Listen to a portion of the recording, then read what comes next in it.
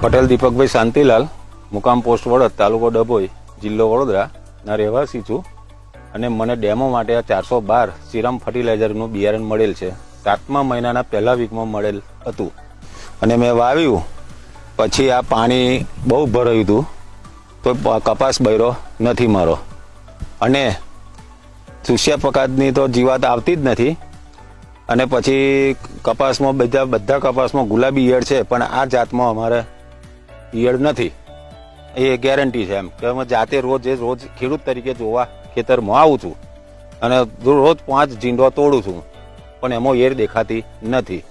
અને મેં બીજા ખેતરમાં જાઉં છું, મારા બીજા કપાસમાં, તેમાં આ ઈયળ જોવા મળે છે. અને બોઇલ સાઇઝ બી સારી છે, એની ફાટ બી સારી છે અને વજન બી સારું છે. એમ કપાસિયાના ગુણવત્તા વધારે છે આની મેં કેસીઓમાં. અને બહુ વેરાयटी जोरदार છે. वो भी बॉयल साइज है, लाइन में है पूरा, અને ग्रीनरी है, कोई गेरो बेरो है नहीं, उसमें पूरा લીલી है. જો देखो આ રૂંવાટી है, દંડીમાં રૂંવાટી છે, એટલે રૂંવાટીની લીધે ચૂસ્યા પ્રકારની જીવાત ઠેઠ હલાવું છું તો જીવાત નહીં ઉડતી.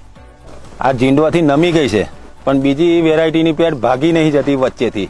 આખી એવી ને એવી જ છે, જુઓ આખી જ. અને આ નાખું છું તો ભાગતી નથી અને વજન ફૂલ છે આખી ડાળને. પણ બીજી વેરાયટીને વચ્ચેથી ભાગી જાય છે, આને નહીં ભાગતી. હવે આ સીરમ ફર્ટિલાઇઝરનું 412 મેં બિયારણ લગાવ્યું છે. એમાં મેં જીંડવાની ગણતરી ગણી ગારે અમુક વેનોમાં, તો 120 થી 125ની ગણતરી છે અને સારામાં સારું રિઝલ્ટ છે આનું. એના મેં 5 જીંડોના પૂમડો ખેંચો અને એક જીંડવાનું 5 ગ્રામ વજન આવ્યું અને મેં આ મૂક્યું છે અને એનું વજન આટલું થયું છે. અને બહુ જ લેટ મળેલું મને. અને ડબાર ખેતર છે મારું, એકદમ ડબાર.